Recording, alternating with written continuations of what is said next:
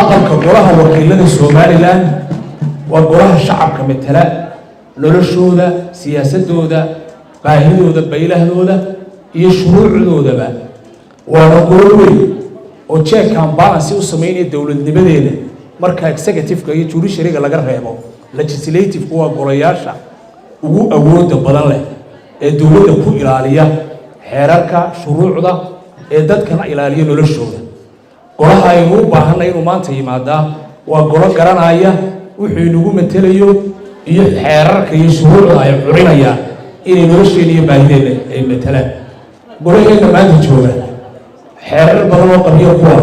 iyo dastuurkeena qabyada 30 sano ee wasaaradda jirta aanay qayb jirin golaha imanaya inuu kaga duwanaada golihii hore ee ansixinayay labada xeer ee midna dawladdu ay barashar garanaysa dhaqaalaha ku baxayo midna ay hay'adaha iyo shaqooyin wata laakiin waa gole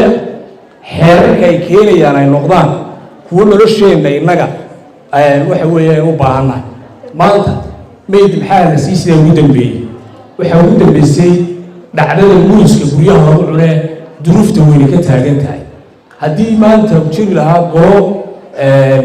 nolosheena ilaalinaya waxa loo yeeri lahaa dadka muuska keena iyo institutionada koontada loogu xidhaayo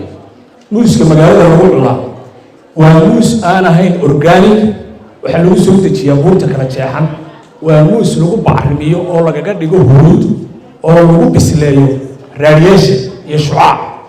waxa weeye muuska magaalada lagu cunay xaafad walba la keena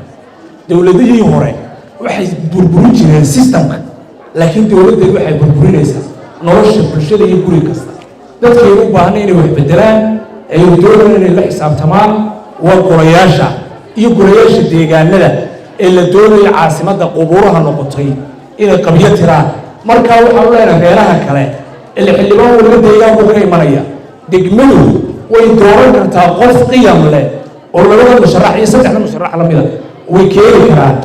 waana keeni karaan nin kale oo tuugo oo sumcad iyo sharaf iyo aqoon iyo karaamo lahayn marka maadaama mas'uuliyaddu reeraha imika saarantayba inta la tigin ba codaynayo kooxda reerku ha shiro ha shaaleeyo qofka kaalingalka ee reerka weynaya